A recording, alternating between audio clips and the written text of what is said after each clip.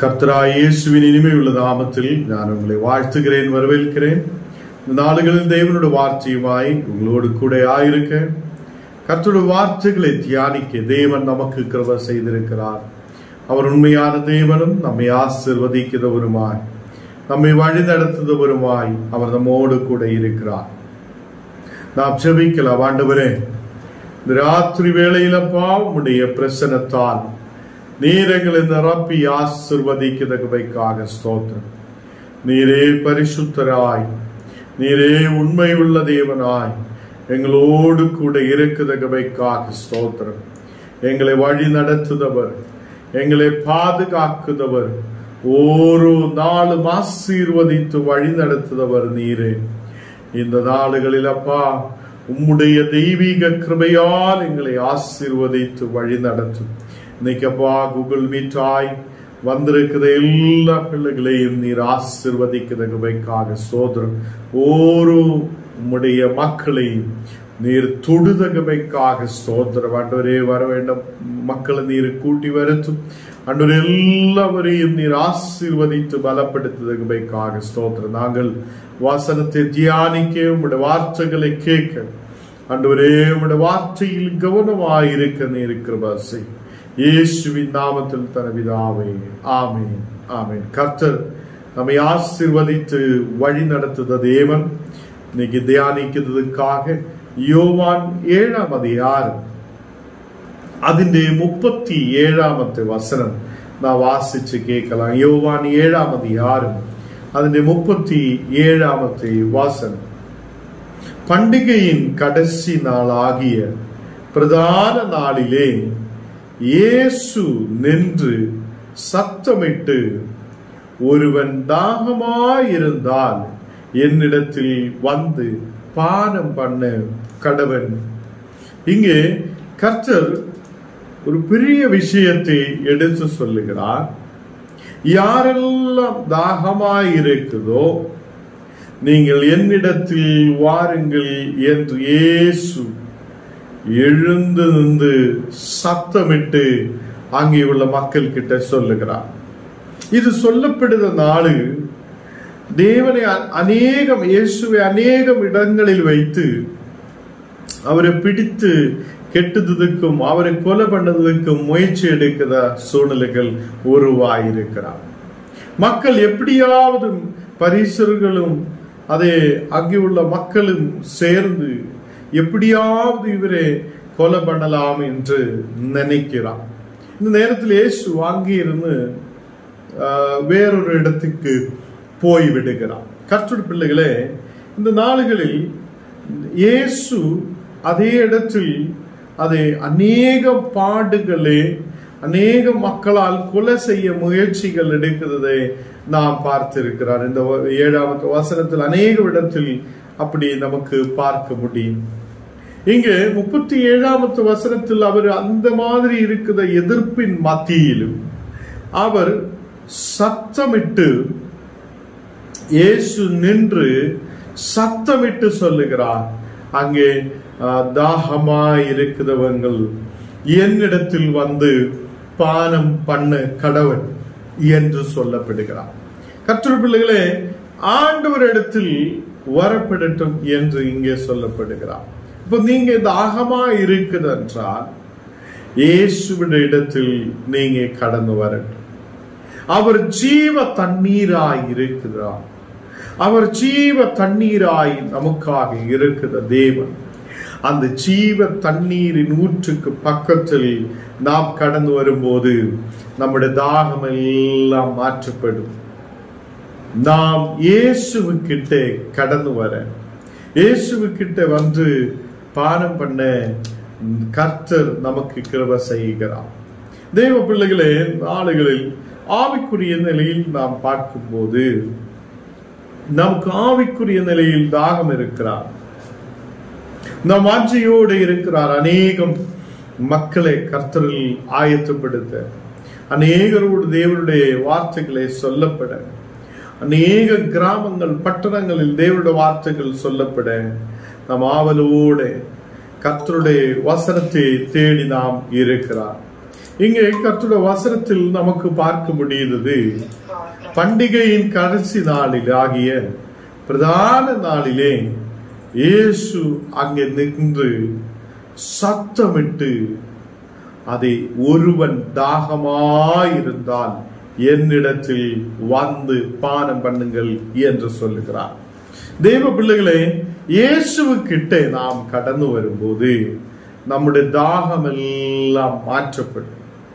அவர் ஜீவ தண்ணீராய் நம்மோடு கூட இருக்கிறவர்.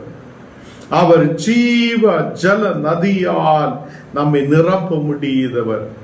38வது வசனத்தில் நாம் வாசிக்கும் போது, யோவான் 7ஆம் அதிகாரம் அதில் 38வது வசனத்தில் வாசிக்கும் போது வேத வாக்கியம் சொல்லுகிறபடி, என்னிடத்தில் விசுவாசமாய் இருக்கிறவன் எவனோ அவன் உள்ளத்திலிருந்து ஜீவ தண்ணீர் உள்ள நதிகள் ஓடும் என்றார்.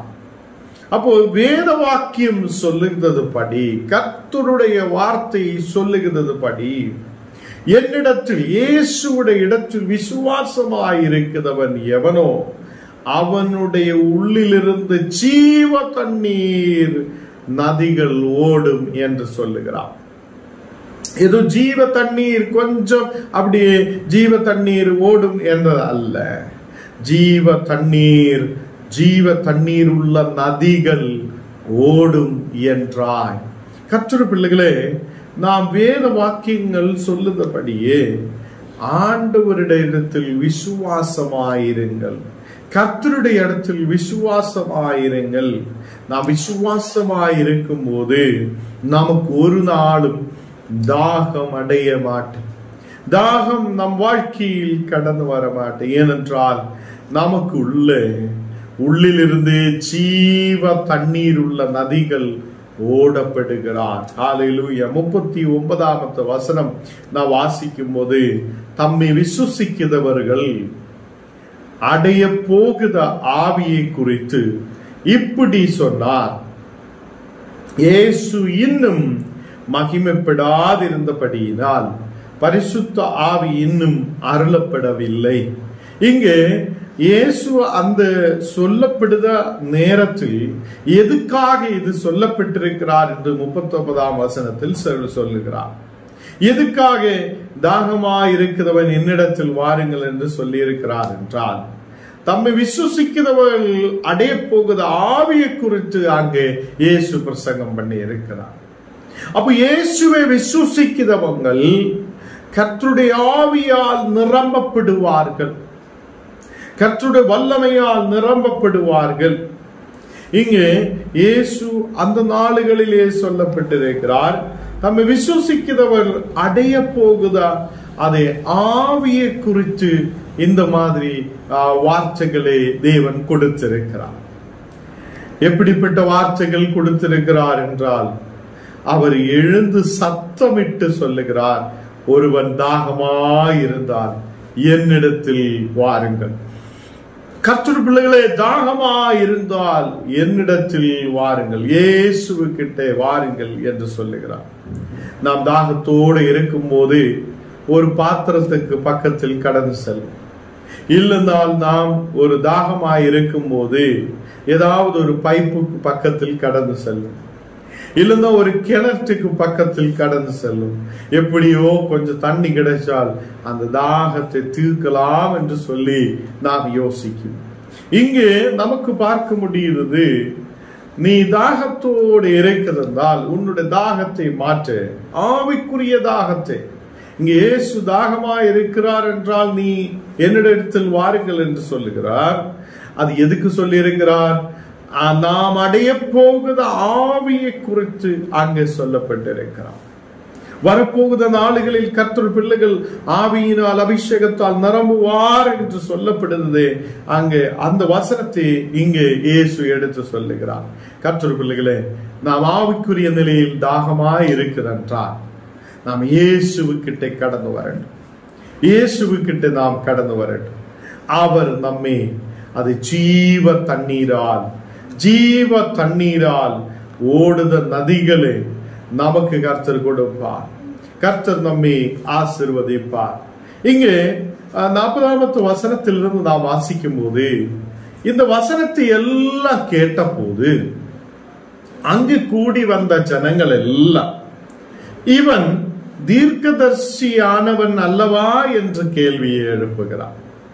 அப்போ அங்கு கூடி வந்திருந்த மக்கள் இந்த வசனங்களை எல்லாம் கேட்கும் போது அதில் சில பேர் என்ன, அங்க கூடி வந்த சில பேர் எப்படியாலும் கொலை பண்ணலாம், எப்படியாலும் இயேசுவை பிடித்து கட்டலாம், எப்படியாலும் பிடித்து கட்டி அவனை கொலை பண்ணி விடலாம் நினைச்சு அநேகர் இருக்கிறார். சில பேர் வசனத்தை கேட்கிறார்.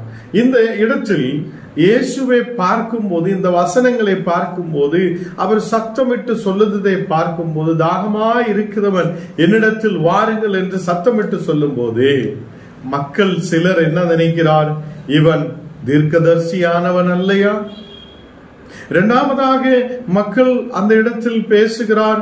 வேறு சிலர் இவன் கிறிஸ்து என்று சொன்னார்களே, இவன் கிறிஸ்து என்று சொன்னார்களே. நிறைய மக்கள் கிட்ட போய் இவன் தான் கிறிஸ்து என்று சொன்னார்களே என்று அந்த மக்கள் பேச்சுவார்த்தைகளை எடுக்கிறார். கொஞ்சம் பேர் என்ன பேசுகிறார் என்றால், சில பேர் கிறிஸ்து கலிலேயில் இருந்துதானே வருவார், தாவீதின் சந்ததியிலும் தாவீது இருந்த பெத்லகேமிலும் ஊரில் இருந்து கிறிஸ்து வருவார் என்று வேத வாக்கியம் சொல்லவில்லையா என்றார்கள். இங்கே சில பேர் அந்த வேத வசனத்தை எடுத்து சொல்லுகிறார். முன்னவே சொல்லப்பட்ட வசனத்தில் கிறிஸ்து கலிலேயில் இருந்துதானே வருவார், அதான் தாவீதின் சந்ததியாய் தானே பிறப்பார், தாவீதின் சந்ததியாய் இருக்கிறவன் பெத்லகேமில் இருந்துதானே வருவார், பெத்லகேம் என்ற ஊரில் இருந்துதானே வருவார் என்று அங்கே கூடி வந்த ஜனம் பல விதமாய் பேசுகிறார். அப்போ நமக்கு தெரியும் இயேசு பெத்லகேமில் பிறந்திருக்கிறார் என்றும் தாவீதின் குமாரனாய் பிறந்திருக்கிறார் என்றும் நமக்கு தெரியும். பட் அந்த ஜனம் அப்படியே நிறைய கேள்விகளை எழுப்புகிறார். இவன் தீர்க்கதரிசியாயிருக்கிறார், இவன் கிறிஸ்துவாயிருக்கிறார், இவன் கலிலேயில் இருந்து வந்தவர் அல்லையா, இல்ல கலிலேயிலிருந்து தானா இயேசு வருவார், இல்ல தாவீதின் சந்ததியாய்தான் இயேசு வருவாரா? அப்படிப்பட்ட சில கேள்விகளை மக்கள் எடுக்கிறார். அல்லேலூயா. கர்த்தருடைய பிள்ளைகளே, இங்கே வசனத்தில் நாம் பார்க்கும்போது இவ்விதமான பல கேள்விகள் அங்கே எழுப்புகிறார். அப்போ அங்கு மக்களுக்குள்ளேயே ஜனங்களுக்குள்ளவே ஒரு பிரிவினை உருவாகிறார். கர்த்தருடைய பிள்ளைகளே, ஒரு பெரிய பிரிவினை உருவாகிறார். நமக்கு தெரியும் இந்த இயேசு யாருன்னு நமக்கு தெரியும். அந்த மக்கள் சில பேர் தீர்க்கதரிசி என்று நினைக்கிறார், சில பேர் இந்த இயேசு இவர் கிறிஸ்து என்று நினைக்கிறார். அப்போ பலவிதமான கேள்விகள் அங்க வருகிறார். அப்போ சிலர் அவரே இவர் உண்மையான தேவனா இல்ல கர்த்தரிடத்திலிருந்து வந்ததா என்று சொல்லி சில கேள்விகள் அங்கே எழுப்புகிறார். அப்போ ஒரு பிரிவினை அங்கே உருவாகிறார். பிரிவினை உருவாகும் போது அவர்களில் சிலர் அவரை பிடிக்க மனதுண்டாயிற்று, இயேசுவை பிடிக்கலாம் என்று சொல்லி மனதுண்டாயிற்று. எதுக்குன்னா மக்களுக்குள்ள ஒரு குழப்பம் உருவாயிடுச்சு. அப்ப மக்களுக்குள்ள சில குழப்பங்கள் உருவாகும். நம்ம ஊழியங்களை பார்த்தால் கூட மக்களுக்குள்ள சில குழப்பங்கள் உருவானால் சில பேர் நம்ம பிடித்து கட்டப்பார், சில பேர் அந்த ஊழியங்களை உடைக்க பார்க்கும், சில பேர் நமக்கு ஊழியம் செய்ய முடியாத சூழ்நிலைகளை உருவாக்கும். இங்கு நமக்கு பார்க்கும்போது சில பேர் என்ன செய்கிறார், மக்களுக்குள்ளேயே குழப்பம் உருவாகிறார், ஜனங்களுக்குள்ளேயே பிரிவினை உருவாகிறார். அவரை இயேசுவை பிடிக்கலாம் என்று சொல்லி மனது உண்டாயிற்று. ஆகிலும் ஒருவன் அவர் மேல் கை போடவில்லை, ஒருவனாலையும் அவருடைய மேல் கை வைக்க முடிஞ்சதில்லை, அவரை பிடிக்க முடிஞ்சதில்லை. இந்த நாளுகளில் கர்த்தருடைய பிள்ளைகளே, நீங்கள் தாகமாய் இருக்குதோ நாம் கர்த்தருடைய பக்கத்திலேக்கு கடந்து வரட்டும். அவர் நம்மை ஆவியால் நிரப்புதவர், அவருடைய வல்லமையால் நம்மை நிரப்புதவர். அந்த கிறிஸ்துவுக்கு பக்கத்திலேக்கு நாம் கடந்து வரும்போது நம்முடைய தாகத்தை அவர் மாற்றுவார். இயேசு சமரியா ஸ்திரீக்கு பக்கத்தில் கடந்து சென்று, நான் தாகமாய் இருக்கிறேன், எனக்கு கொஞ்சம் தண்ணீர் கொடுங்க என்று கேட்கும் போது அந்த ஸ்திரீ அதை இல்லை, நான் கொடுக்க முடியாது, நீ பெரிய ஜாதிக்காரனா இருக்கிறார், நாங்களோ தாழ்ந்த ஜாதிக்காரா இருக்கிறார்னு சொல்லி அந்த மகள் சொல்லப்படுகிறார். அப்போதான் இயேசு சொல்லுகிறார், என்னிடத்தில் கேளுங்கள், இயேசுவிடத்தில் கேளுங்கள், நான் உங்களுக்கு ஜீவ தண்ணீரை கொடுப்பார். இயேசு அந்த சமரிய ஸ்திரீ கிட்டையும் சொல்லுகிறார், நான் உனக்கு ஜீவ தண்ணீரை கொடுப்பார். கர்த்தருடைய பிள்ளைகளே, இன்னைக்கு தேவனுக்கு பக்கத்திலேக்கு நாம் கடந்து வரட்டும். தாகமாய் இருக்கிறார், ஆவிக்குரிய நிலையில் தாகமாய் இருக்கிறார், நாம் தேவனுடைய பக்கத்திலேக்கு கடந்து வரட்டும். அவர் நம்மை ஆவியால் நிரப்புவார், அபிஷேகத்தால் நிரப்புவார், நம்முடைய தாகங்களை மாற்றுவார். நாம் ஜெபிக்கலாம். கர்த்தரே, இந்த ராத்திரி வேளையில் நீர் எங்களோடு பேசியதுக்காக ஸ்தோத்திரம். உம்முடைய பிரசனத்தால் நீர் எங்களை நிரப்பி ஆசீர்வதி. நீங்க கடந்து வந்த ஒரு மக்களை நீர் தொடுதகவைக்காக ஸ்தோத்திரம். ஆண்டவரே, நீர் கொடுத்த வசனத்துக்காக ஸ்தோத்திரம். இந்த வசனங்களை எங்கள் வாழ்க்கையில் பெரிய அற்புதத்தை செய்ய, எங்கள் ஆவிக்குரிய வாழ்க்கைகள் வளரப்படது இருக்கிற பசை எங்களை முற்றிலும் தாழ்த்துகிறேன், அர்ப்பணிக்கிறேன். தேவனே, இன்னைக்கப்பா கடந்து வந்திருக்கிற ஒவ்வொரு மக்களையும் உம்முடைய கரத்தில் ஒப்பு கொடுக்கிறேன். எல்லா பிள்ளைகளையும் நீர் தொடும். உமது வல்லமையின் கரம் ஓரோ மக்களையும் தொடுதகவைக்காக ஸ்தோத்திரம். எல்லா கட பிரச்சனைகள் இந்த மக்களுடைய வாழ்க்கையிலிருந்து விட்டு மாறப்படட்டும். எல்லா வேவலாதிகள், கவலைகள் இந்த மக்களுடைய வாழ்க்கையிலிருந்து விட்டு மாறப்படட்டும். இந்த மக்கள் ஆசீர்வதிக்கப்பட, தேசத்தில் உயர்ந்து வரப்பட நீ கிருபை செய்ததுக்காக ஸ்தோத்திரம். எங்களை முற்றிலும் தாழ்த்துகிறேன், அர்ப்பணிக்கிறேன், ஒப்பு கொடுக்கிறேன். இயேசுவின் நாமத்தில் தன் பிதாவே, ஆமென்.